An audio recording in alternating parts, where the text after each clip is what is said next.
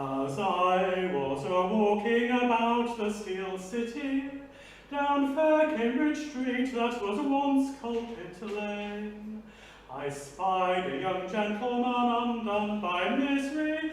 I asked him his trouble, and he did explain. I am that poor wretch known as John Henry Stoddart, and this was my factory we're standing beside, where I and my father sold horn, bone, and ivory, not knowing the destiny fate would decide.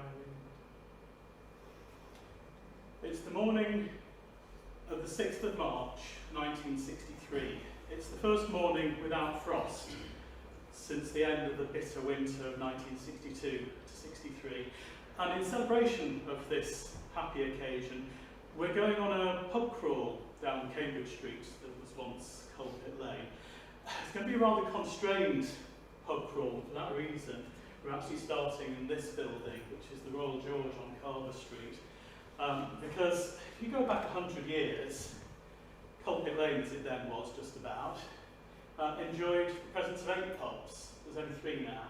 Carver Street was just the one out of 4 and 2 beer houses 100 years ago. So it would be a very short crawl indeed if we confine our attentions to Cambridge Street. I ought to orient us as to where we actually are today. So here is Sheffield city centre from above. If you look at the top left-hand corner, you'll see a rather clean-looking building. That's the City Hall, and its cleanness should tell you this is the 1930s, because the City Hall has only just opened, so it hasn't got sooty yet. If you look over on the right-hand side, you'll see Pinstone Street with its familiar kink halfway up, and you may just be able to make out the tower of the Town Hall, the top right-hand corner. But running directly from the top left-hand corner where the City Hall is, down to the bottom right-hand corner where the open space of Moorhead is, you see Cambridge Street, and that's where we'll be spending most of our time for the next hour. So we're ready to move on from the Royal George, but before we leave, we really ought to at least say something about this gentleman, whose hostelry it was 100 years ago, William Broadhead, Secretary of the Saw Grinders Union. Even 100 years ago, he'd already procured at least 1 murder, and would later admit to being responsible for at least 100 acts of violence and intimidation as part of the Sheffield outrages. This is not to talk about the outrages, but I thought we couldn't leave the Royal George without at least mentioning them. And we will meet Mr. Broadhead later on in a slightly different guise. So all you get outrage-wise is going to be a song from the Stirrings in Sheffield. We're only Sheffield workmen, and we don't want to kill, but we have wives and children, and they have bellies to fill. Bill Broadhead kept the Royal George, it stands in Carver Street, and therefore recreation the Sheffield grinders meet. James Lindley was a grinder who ground inferior sort. He undercut the proper rates and broke the union laws. We're only Sheffield workmen, and we don't want to kill, but we have wives and children, and they have bellies to fill. Bill Broadhead sent for Hallam, and sent for crooks also. Throughout the works of grinders, they knew what they must do. These men began to follow wherever Lindley fled. They caught him in a tavern and shot him in the head. So we've made our way across backfields, and we're walking down a little narrow passageway of Bethel Walk, and ahead is the cliff of the new Cole Brothers store. That's just under construction right now, and it'll open in September of 1963. And there's quite a few department stores already rebuilt as a result of war damage. Walsh's, Cockane's, Atkinson's. But Coles are now moving from their historic location at the bottom of Fargate. Haldens are building at the top of the moor. They're already owned by Debenhams, but they call themselves Haldens. And Walsh's, in fact, will rebuild in a couple of years' time to make way for one of the council's grandiose road schemes. M&S will also go about to rebuild. So it's all change, but here's not so much change. On the right is the Bethel Sunday School, and on the left is the Primitive Methodist Chapel, and here's a slightly better view of them. Now, as I've mentioned the Primitive Methodists, we should talk about Primitive Methodism and what it is. It was founded in 1811 by Hugh Bourne and William Clowes. Now, they've been ejected from the Wesleyan Church for being a bit too radical, for having open-air meetings. The Wesleyans didn't used to be averse to open-air meetings. John Wesley famously preached to the largest congregation he'd seen on a weekday in Paradise Square in '79. But they've become rather mainstream, and in the wake of the French Revolution, all this outdoor enthusiasm was seen as somewhat suspect. Not only did they have outdoor meetings, they encouraged women to preach. They were quite democratic, and they were particularly appealing to the poor.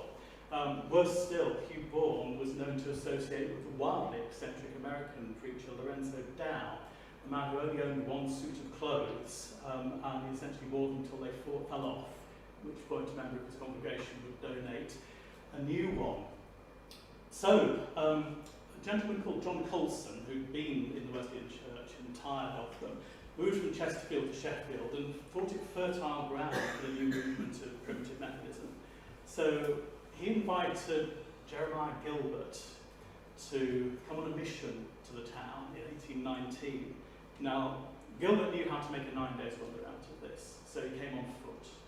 And on the way he preached, and that meant that he got into trouble in Bolsover. He was attacked by a mob and imprisoned, and subsequently released. And when he got to Sheffield, he met with a great deal of violent opposition, as well as, of course, enthusiasm for the less affluent parts of the town. In Eckington, he was attacked again by a mob and imprisoned, but on his way to prison, he debated theology with his captors. In prison, he sang and preached from his cell, and in the morning, he was let go, not having actually done anything wrong. So this was the kind of environment in which the Primitives began. In 1820, they got themselves going, but they were peripatetic for a few years. And it was not until 1828 that they settled on this building. So this is the old chapel in Coalpit Lane, as it was then. It actually stands where the Bethel Sunday School stands now. It was built quite some time previously in 1774 by Edward Bennett, a sugar refiner at premises at Moorhead. He built it for a congregation that had seceded from the Nether Chapel in Norfolk Street. But nothing secedes like secession. You have to remember that the Nether Chapel congregation itself had come some years earlier from the Upper Chapel after a split in the congregation there. But the Upper Chapel congregation, which early in the 18th century was something like a sixth of the total local population, was itself a split from the parish church, which had divided its congregation when their Puritan vicar James Fisher was ejected at the time of the Restoration. So it was at the end of quite a long chain of secession, and the congregation there would soon get a little bit large for it. They were succeeded by yet another group of dissenters, by the Baptists, even by the followers of Johannes Southcott, who believed that that lady would give birth to the second Messiah, despite her advanced age, and later despite her death. But by the mid-1820s it was vacant, so the Primitives moved in. However, they were really quite successful and outgrew the building fairly rapidly. So in 1835 they needed somewhere new. But there was still quite a small congregation, and they were poor. They couldn't afford to buy things outright, so they borrowed a great deal of money and bought the site next door to this, which was a farmhouse. They did as much of the work as they could themselves because they were poor. The eventual cost, by the way, would be £4,460, a huge amount for people who were at the bottom end of society anyway, a huge amount really for anyone. So the trustees cleared the site themselves of the old buildings, and the women did the work of dressing the bricks. But they ended up with something fairly spectacular. This is the inside of it. The outside is certainly, we saw on an earlier image, just about glimpse the triangular pediment above. In 1836, this chapel was finally able to open, and it seated about 1,000. The congregation was expected to grow to that. I don't think it reached But it had a Sunday school in the 1830s of just 5. By 1851, Sunday school had 500 pupils and 300 of them were attending on a weekly basis. So they needed new premises, and as a result they built the Sunday school, the building that now stands where the old chapel formerly was. Towards the end of the 19th century, with congregations tending to move out to the suburbs, their needs changed again and they rebuilt their schoolrooms at the back of the chapel, and the school became a warehouse. And gradually that process ended with closure in 1936, at which point the department store owner George Binns moved in. Whether he had some kind of inside knowledge from the Methodists, I don't know. He moved out of rather better premises at the top of Moorhead, but they were bombed in 1940, 2 years after he left. So, and that of course is where Baldens are, as we speak, rebuilding. So, as we've heard about the Methodists, we probably ought to hear from them as well. Here's a hymn, Christ He Sits on Zion's Hill. Slightly different words, our 6 verses appear there. This is in a collection published by Hugh Vaughan himself in 1821. But the tune will be a slightly later, jollier one from America. I have to say that there were several tunes, but most of the others were rather dour, so I've chosen this one instead. Christ He sits on Zion's hill, He receives poor sinners still. Will you serve this blessed King? Come and list and with me sing. I His soldier sure shall be, I His soldier sure shall be, happy through eternity. Let the world their forces join, with the powers of hell combine. Greater is my King than they, surely I shall win the day. I His soldier sure shall be, I His soldier sure shall be, happy through eternity. Brother soldiers, still fight on, till the battle you have won. The great captain you have chose, never did a battle lose. I His soldier sure shall be, I His soldier sure shall be, happy through eternity. So, enough of the church, back to the pub. Off to the Barleycorn on the corner of Wellington Street. On the 9th of December 1924, in the evening, a man walked into this pub. First of all, he knocked the hat off another man, and then he poured a pint of beer over him. The landlord intervened and remonstrated with him, but his answer was simply to walk to the other end of the bar and pour a pint of beer over a lady who was standing there. Another customer intervened, and the first man suggested that the two go outside to settle the matter with a fight. As the landlord was ejecting them, the first man turned to him and said, "I'm not frightened of your reputation. I will cut you up with a knife." So, who's the aggressive man? And what is the landlord's reputation? Well, to understand this, you need to know something about a little game called pitch and toss. 3 coins, typically halfpennies, are placed on the ends of the fingers by a man who is predictably known as the tosser.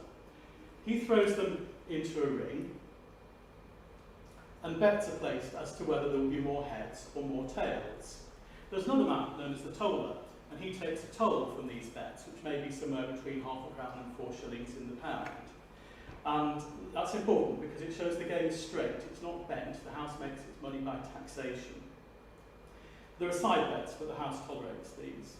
But there are several other operatives standing at a distance, and they're the ponters or pikers, and they're looking out for the local constabulary, because this is a gambling game, and therefore illegal, and therefore lucrative, and therefore controlled by gangs.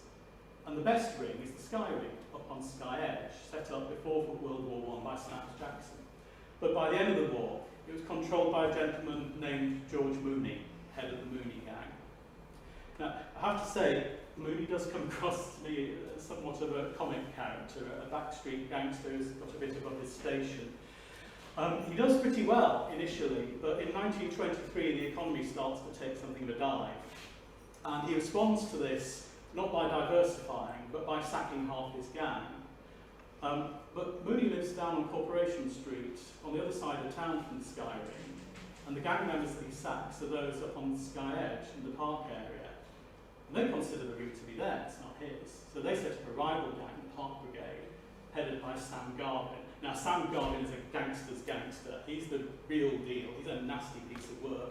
And he's also Mr. Big, and he's a great one for largesse. He swans around the town with an entourage of anything up to 30 people, marching into pubs, buying drinks all round. He's a dangerous geezer all round. So he sees Mooney and his lot off pretty smartly. Has to be said that, perhaps like a lot of not quite legitimate businessmen, Garvin is not all bad, and he does try and establish some kind of community credentials. For example, in the aftermath of the Nunnery Colliery disaster in late 1923, when I think 7 are killed and 15 seriously injured, he organises a boxing tournament. The proceeds to go to the families that are affected. Starting at the beginning of 1924, Mooney is effectively in hiding under police protection. There's a vicious feud between the two gangs, exemplified by the slashing of Frank Kidney, who was discovered in the park area with something like 100 razor cuts on his body. He was detained in hospital for a month, but would never say who had actually done it. So, this is the environment in which a man goes into the barleycorn and acts as described above. The man in question is the man who braces here, George Waywell, known as Ganner. I'm not sure why he's known as Ganner, he's not a Tyneside, which would otherwise explain it. And in fact, he'd previously been an adherent of Mooney's, but he was one of the park men who had been sacked, so he was now working for Garvin.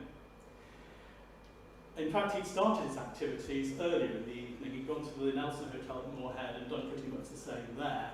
And a man called John Henry Towler had intervened and told him not to be so silly. Ganner had not taken this very well. Towler had left, gone to the barleycorn, and Ganner had followed him. And then the trouble described previously broke out. They did go outside. Towler received cuts to his face and neck and shoulder and had to be taken away by a Salvation Army officer. Waywell was taken home in an ambulance, but that was primarily on account of the state of his clothes. Now, when it came to court, Waywell's story was rather different. He'd not seen Towler until he walked into the barleycorn, and 6 men had set on him, throwing whiskey at him, trying to choke him.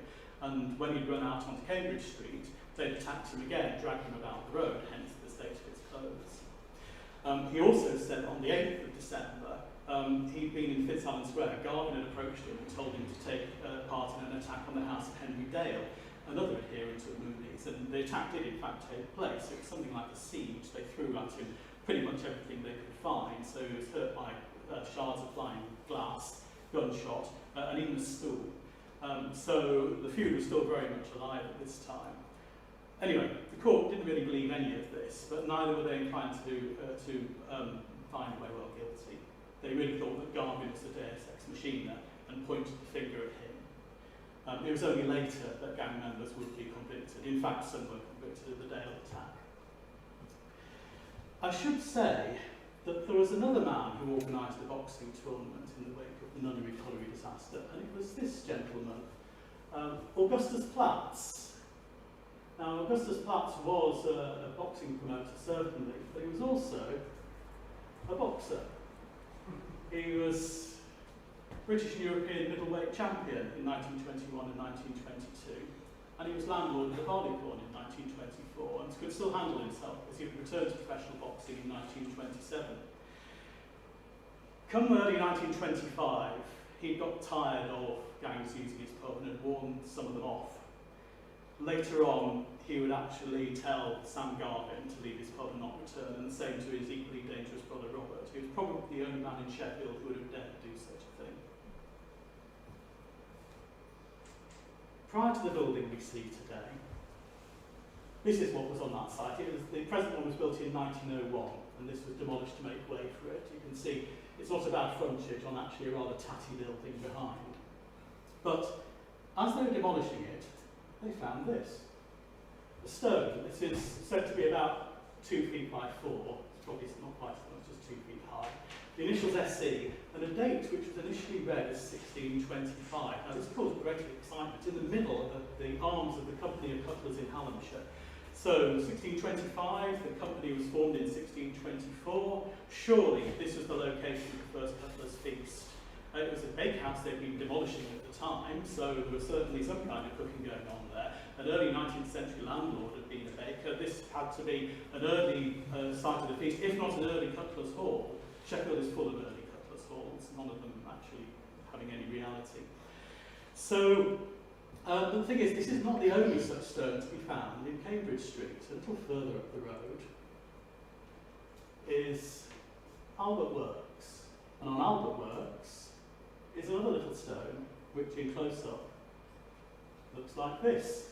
No date, the three distinctive cross daggers, which you can just make out on the slide, and the initials JLS.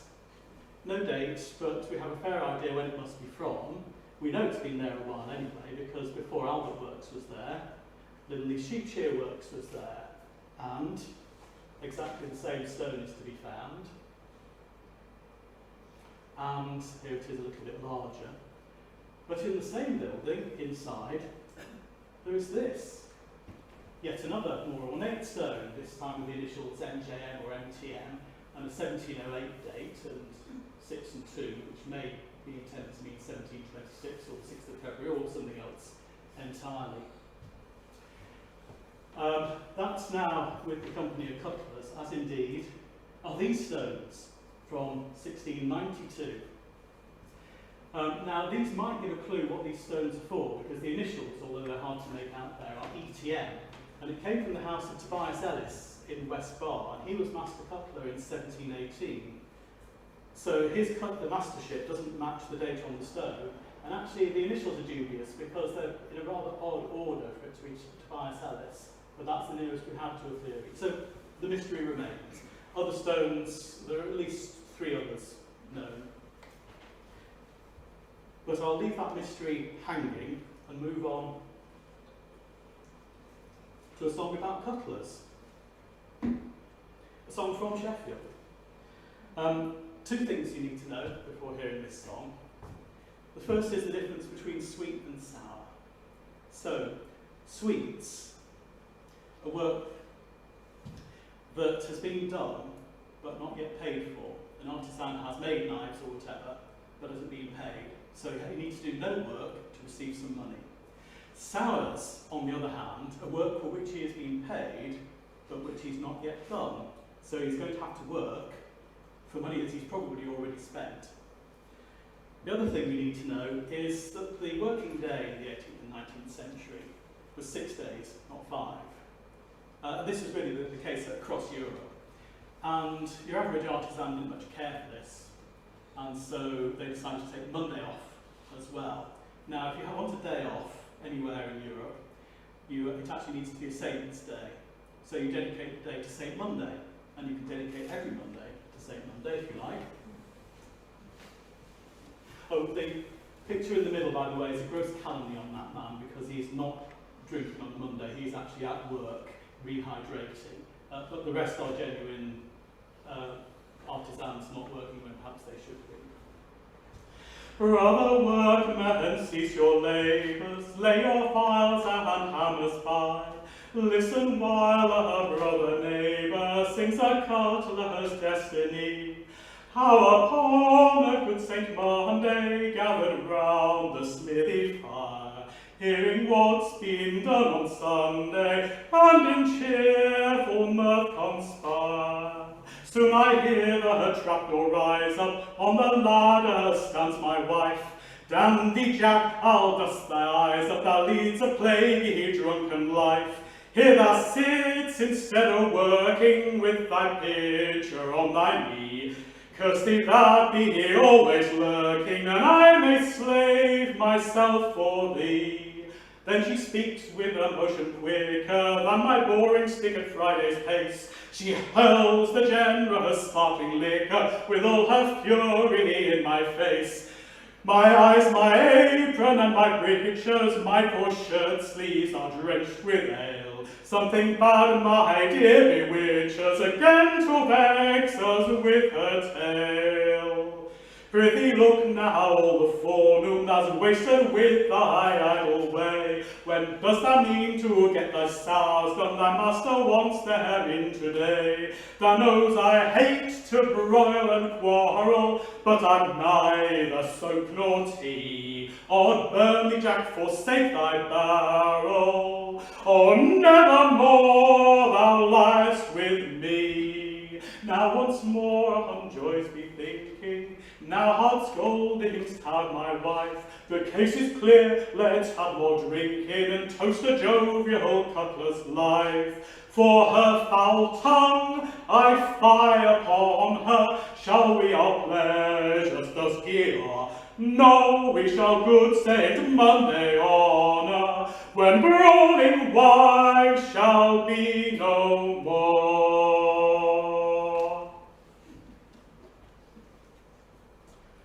We really ought to visit another one. So we'll visit the Sportsman, just up the road. And in March 1863, this building's about to be demolished. Well, not this building, its predecessor was about to be demolished. So it wasn't really in time for a procession happening on the 10th of March in celebration of the forthcoming wedding of the Prince of Wales, the man who would eventually become Edward VII. But the Daily Telegraph had a couple of things to say about this procession. The first one was to say that even the Crimean monument had made desperate attempts to complete its maturity for the occasion. And it also spoke about a splendid view of the procession to be had as it approached down Coalpit Lane, and then in brackets, we ask its pardon, Cambridge Street. So, Coalpit Lane had indeed finally become Cambridge Street earlier in 1863, although the police commissioners had seriously considered calling it Coalpit Street for a while, that being a sufficiently upwardly mobile label in their view. But the foundation stones of the Crimean monument had been laid in October 1857, so something had gone badly wrong in the meantime, and I think it's time we understood what had happened. The Crimean War ended in April 1856, and it was a rather different war to many previous ones. First, most men died of illness, not of fighting. Second, it was probably the first war to be reported in something like real time by journalists who are actually there out front. And whilst it's early days for photography, it's not too early for drawings, and there are many of these to be had.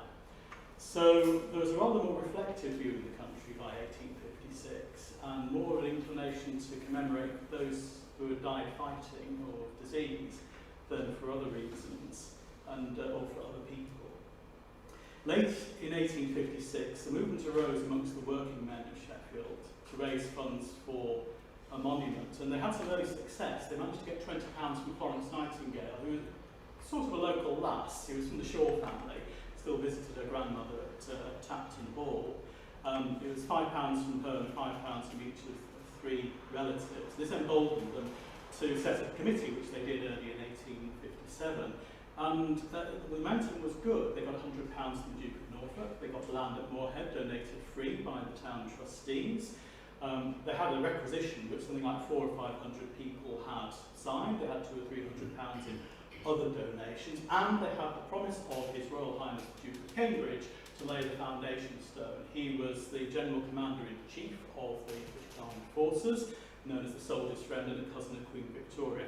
And he'd initially been reluctant, but he'd agreed to do it because the monument was the first of its kind, which, with only a small inference, means not the first monument, because it wasn't.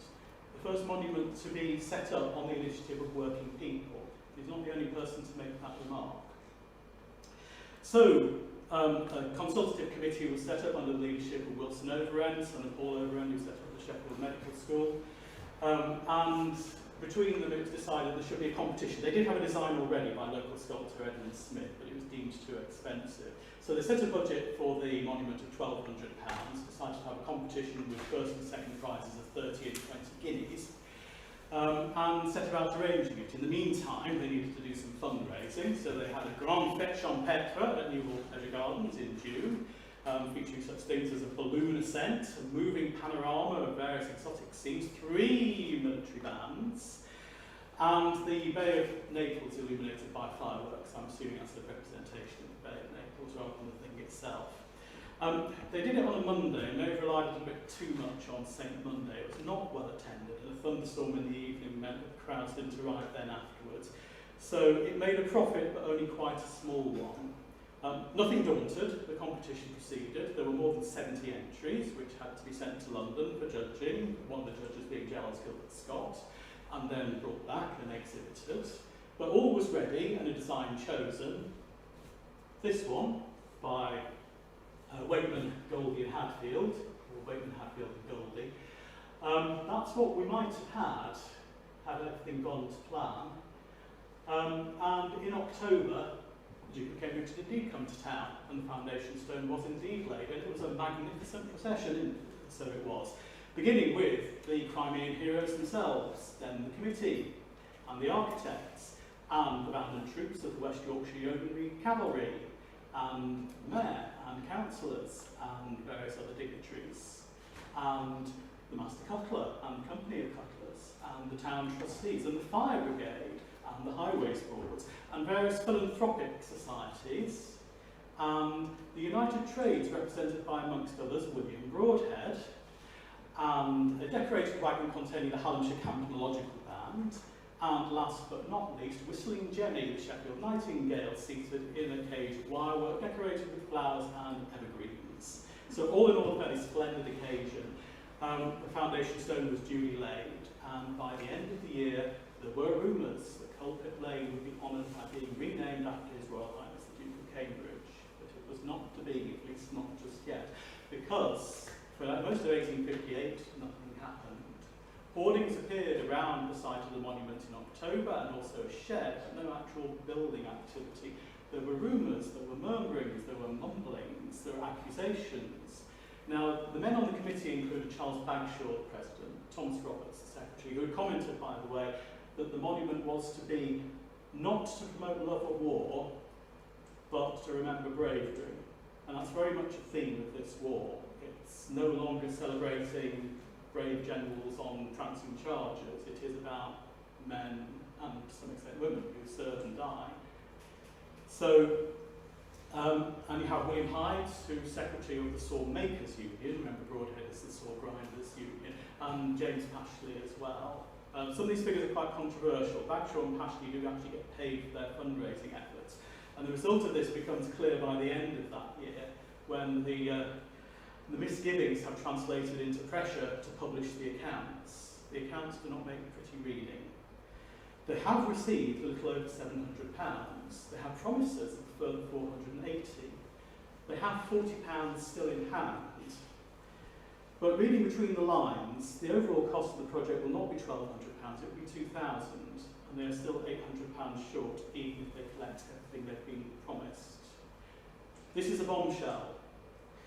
They blame the London Hill Colliery disaster, which happened just before the initial meeting, the general election, financial panic, which resulted from the collapse of a railroad bubble in the United States, and various other factors, some of which may be true. But attention is focused on the wages bill, which is only £259, so it doesn't represent an appalling fundraising ratio. It's not great. But it is seen as rather odd that working men should be paying themselves for doing these things, and the project is now really rather in chaos. Committees are set up and dissolved over the ensuing period. The council set one up, the purpose of which is to find other people to blame and then retire. Another one is set up which dissolves when it discovers the original committee is still working. And it's not until the middle of 1860 that finally Charles Bagshaw asks Wilson Overend to take over, which he does on condition everybody else withdraws. And they immediately start new fundraising efforts. They commission a new design, which is this, substantially cheaper, but from the same people, from George Goldie is the designer of this. And by January 1862, the Telegraph is able to report in a pleased tone that things look set fair for the monument to be completed, which it will not be for at least another year, as it happens. Shortly before that pleasant announcement, in November 1861, a fender grinder named Wasnage had his home attacked with gunpowder. He was not hurt, but a lodger named Bridget O'Rourke was, so badly in fact that she died 2 weeks later. And in early 1862, meetings were called to discuss what was to be done about the Sheffield outrages. And at these meetings, bizarrely, were William Broadhead and William Hyde, who served on the Monument Committee. Now, Broadhead spent some time criticising Joseph Thompson, who'd been tried but acquitted of the Wastage outrage. And Hydes had the temerity to criticise Broadhead's taste for doing such a thing. Now, bizarrely, the two men were elected to a committee to investigate the causes of the outrage and put a stop to them, which is very strange, because 3 years earlier Broadhead had James Lindley murdered, but never mind. Broadhead does not respond well to this at all, and a furious exchange of letters ensues in the Sheffield Independent of Broadhead's. Broadhead writing so deeply sarcastically, it's hard sometimes to understand what he actually means. So he says, although I never for a single moment doubted the innocence of Mr. Hydes or the Sawmakers Union in regard to these crimes, nevertheless I do sincerely wish that there never may be either cause or opportunity given to any party to remind him of the non-fulfilment of those large promises made. And I do hope that Mr. Hyde's services will be more efficient in this case than they were on the Crimean Monument Committee, which has been so universally considered a sham. Hydes was absolutely blazing with wrath and responded in like manner. If he wishes for a real-life specimen of the Crimean Monument sham, he needs go no further than his own hostelry of the George, impersonating in Mr. Charles Bagshaw's presiding spirit of the trades organisation, who did not shake hands with, nor was introduced to, nor yet spoke with that estimable lady, Miss Florence Nightingale, as he has so often boasted he did. Broadhead responded by calling Hydes a knobstick, which is not as bad as it sounds. It actually means a scab, a strikebreaker. And Hyde's last letter to the Independent is accompanied by an editorial note saying that certain personalities were omitted, and this correspondence is now closed. Anyway, we do get to 1863. We do get to the final erection of the monument. The statue appears sometime after the March procession, but it's not until the 31st of December 1863 that two cannons from Sebastopol are finally placed at the foot of the monument, and the project is complete. So I think we should hear from the Crimean soldiers themselves. Two songs. One is the Heights of Alma. Alma was an early battle, and so this has a slight triumphalist tone. It's probably written for the home battle rather than the soldiers themselves. It has quite a stirring Scottish tune. And the song that the soldiers themselves sang was not a war song, it was Annie Laurie. They all sang it, at home, up front, Scottish or English, whoever they were, they all sang Annie Laurie. And as chance would have it, they go together reasonably well.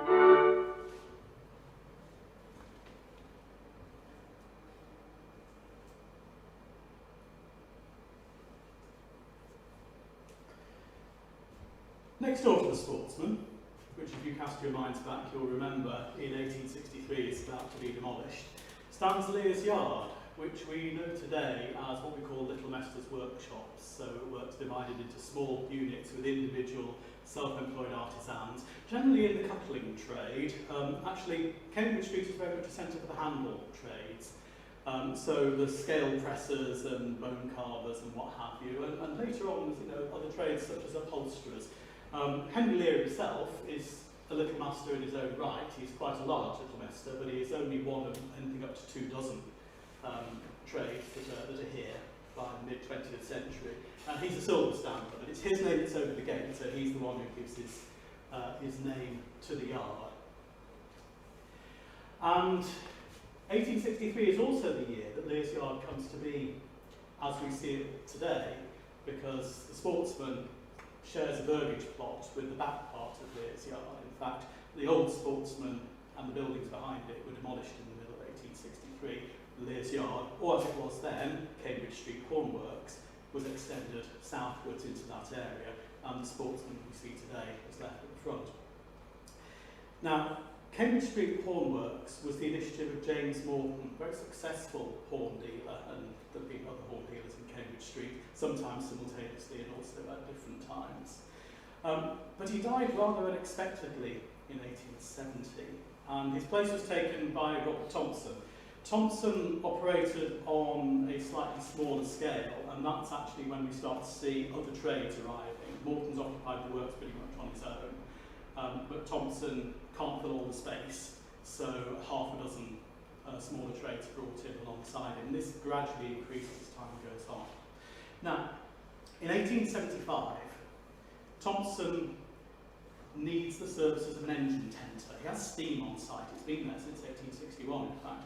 But he must have expanded at some point, and now he needs a man to run the engine. So he brings someone to site who will have an irreversible impact on the lives of some of the people who work there. That man is Henry Hobson. Born in Huddersfield in 1839, but his family came to Sheffield when he was about 4. His father had a tobacconist in Arundel Street. And he tried his hand in the grinding trade, but it didn't suit him, so he enlisted in the army instead. He was in the 22nd Cheshires for 4 years, during some rather interesting years actually, the years of the Crimean War and the Indian Rebellion. But he was safely billeted in England during those. However, he was then 10 years with the 99th Lancashires, and then he was in Hong Kong. His regiment, or some of his regiment, got into trouble regarding their behaviour towards some of the local ladies, but not Hobson. When he was discharged in 1868, he had 3 good conduct medals. 3 years afterwards, he was married to Margaret, a Scots lady who was the widow of another soldier, in the registry office in Newport, Isle of Wight, under a minister, apparently in secret. And Margaret would later describe this as a misfortune.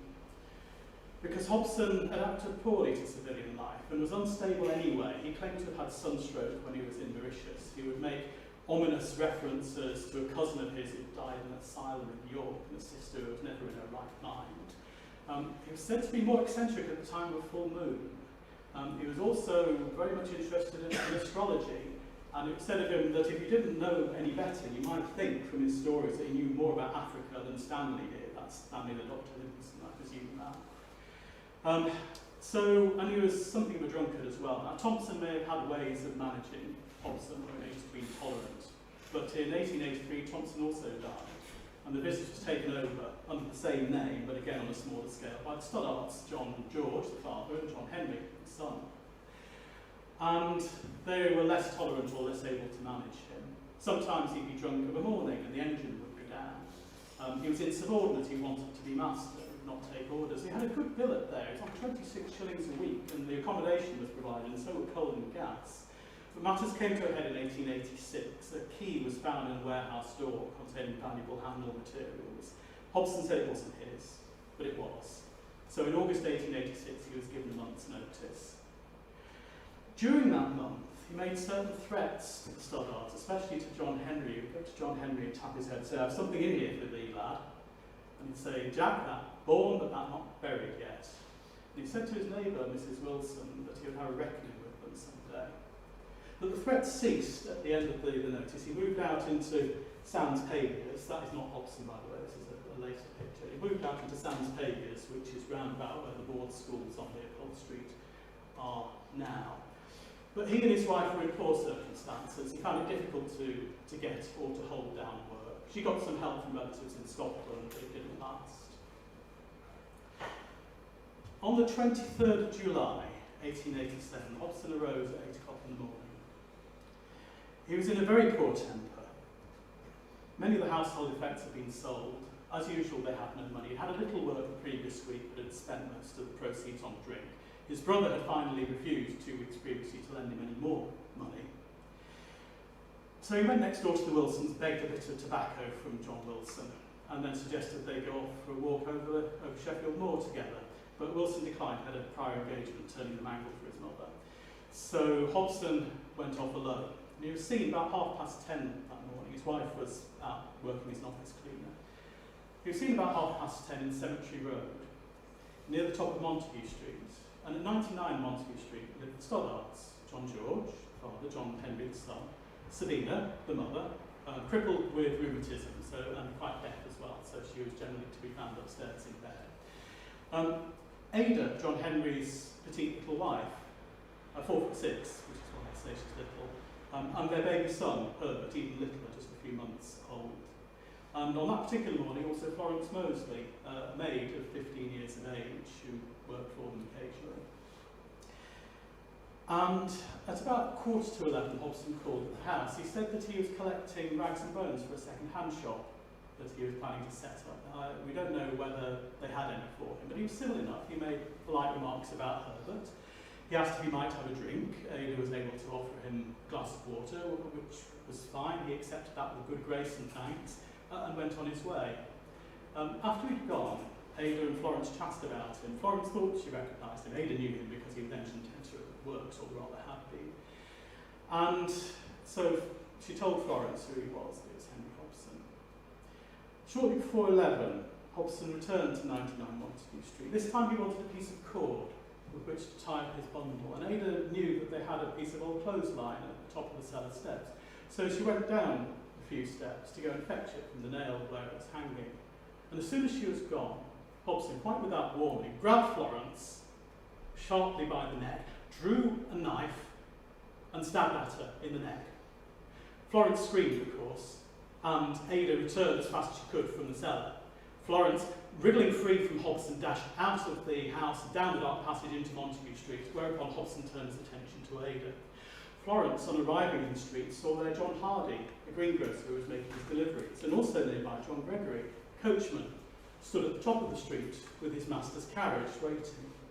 Hearing her screams and seeing her covered in blood where she'd been stabbed, the two men dashed through the passage, and on emerging into the backyard to the rear of the house, they bumped into Hobson. But Hobson made some excuse. Oh, there's a man in there and he's made a pretty mess of the woman and he's gone upstairs now. And momentarily nonplussed and perhaps believing him, they went in and he made good his escape down the passage. Now, in the kitchen, they found Ada still upright, but bleeding profusely. For a moment, they thought perhaps they might still be able to secure Hobson and stepped briefly out into the yard, but realising this was useless and Ada was the priority, Hardy stepped back in, and he found that she'd fainted. He did his very best to stem the flow of blood with towels, but it was to no avail. Within 10 or 15 minutes, she was dead. Gregory went as fast as he could to Highfield Police Station to summon help. When the police arrived, they found Ada dead, and a doctor was summoned, and he examined her wounds. And her throat had been cut twice, and her jugular vein had been severed, and she died. Florence had been, in some ways, fortunate, although she'd suffered cuts to her cheek and her shoulder, and her thumb had been nearly severed. She'd been wearing a dress with a collar attached by a large brass pin, and the pin had turned the knife, so the knife had not gone into her neck. Had it done so, it would have severed her carotid artery, and she too would have been dead. So the police were summoned, messages were sent to the Hornworks, and with very great quickness of thought, John George dispatched 2 workers to the railway stations, Alfred Cooper to the Midland Station, Thomas Pursglove to the Manchester, Sheffield and Lincolnshire railway station, the one that we know as Victoria. And Hobson, for his part, went back to his home in Sans Pagers. Finding himself, as usual, short of tobacco, but also short of money, decided to take some bits of broken glass to sell to see if he could raise enough to buy some. He changed his clothes and set off again. And in Furnivall Street, which lay on his route, not only was Hobson walking towards the glass dealers, but there also was Thomas Purscliffe, because it's near Victoria Station, and also Police Constable Ford. Ford knew that Hobson was sore, but didn't really know what he looked like. But Purscliffe did, drew his attention to Hobson, whereupon Ford arrested Hobson. Hobson seemed quite unconcerned. He was taken to the police station, and on being charged, all he had to say was, "Oh, what a caution." Well, things progressed. There was an autopsy, there was an inquest. The inquest found a verdict of willful murder against Hobson. He was committed to Leeds Assizes for trial. The funeral of Ada Stoddart took place at Burnby Cemetery. The stone is still there to this day. The trial took place very quickly across the 5th and 6th of August. The jury took only 15 minutes to reach their verdict of guilty. Hobson, all this time, by the way, protesting his innocence, even though there were 3 witnesses to identify him, one of whom had actually seen the attack begin. And on the 23rd of August, exactly a month after the murder took place, Hobson was hanged for the murder of Ada Stoddart. And there the story should really end. I very much hope it would end at that point. But a month later, John George Stoddart was on his way to Doncaster races. Now, as was the custom, the railway company had stopped the halting train at the hamlet of Hexthorpe on the way there because there were so many racegoers, tickets needed to be checked before the train arrived in the station. An express ran into the back of it and 25 were killed. John George was not amongst those, but he was very badly injured and he was effectively bedridden for the rest of his life. So this left John Henry, son's wife, and with father and mother both incapacitated, to run the business and look after his baby son on his own. But 2 years later, Sabina, his elderly mother, was negotiating the steep stairs at Montague Street.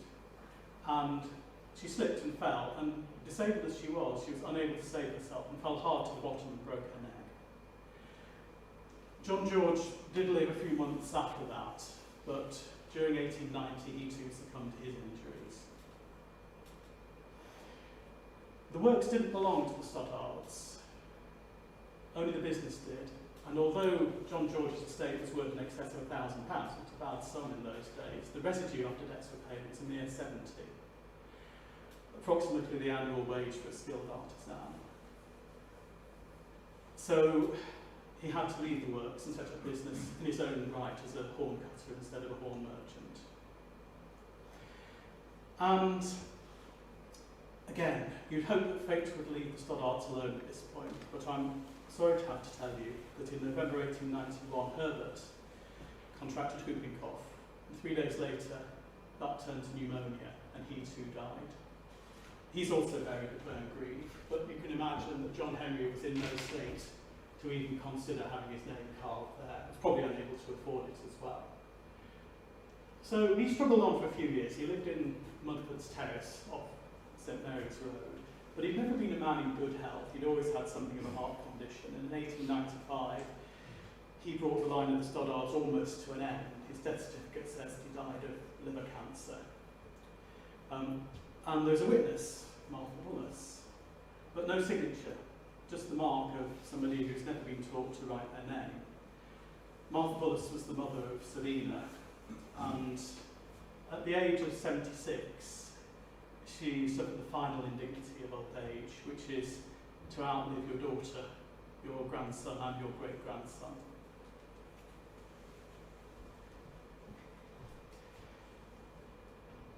And now Henry Live lies his trade at the hornworks, and I who made guineas must scramble for pence. No ill will I bear, though from my loss he prosper, and may he still trade here 100 years hence. They took Henry Hobson and hanged him for murder, but gallows nor grave were a shield from his curse. My parents, my wife, and my child are deprived me, now bare is my table and empty my purse. Though once a rich merchant, I'm now a poor cutter, I'm sick to my stomach and ready to die. It's back to the mud that my Lord used to make me, no name on my gravestone for those who pass by. May you burn in a hell that's as hot as a boiler, oh Hobson, your heart was as black as the coal. The demons of steam, they will scold you forever, and fierce are the fires where they're roasting your soul.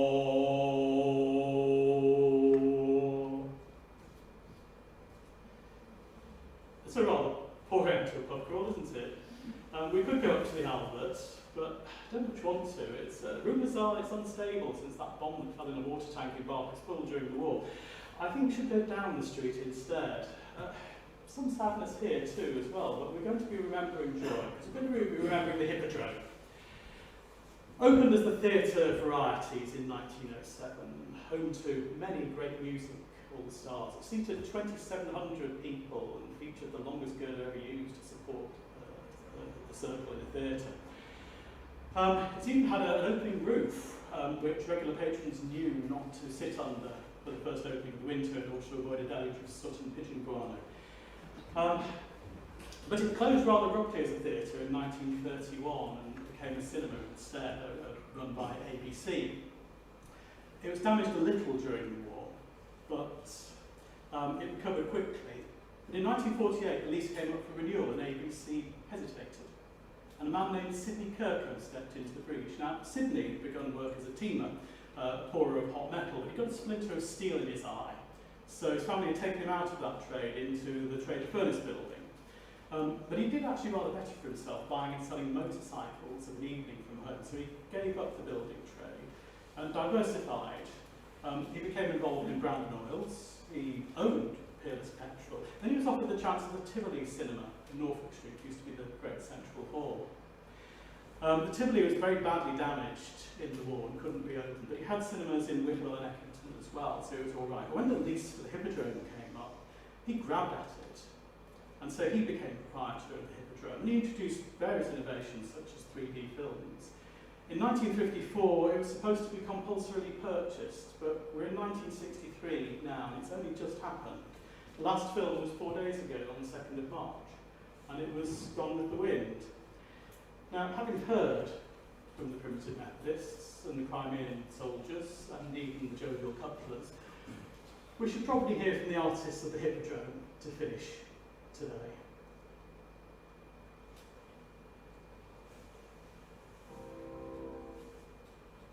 There comes a time for saying goodbye. A bright grey smile, but a tear in the eye. Though sleepy cabman gave his all, the talking pictures silent. For winter time now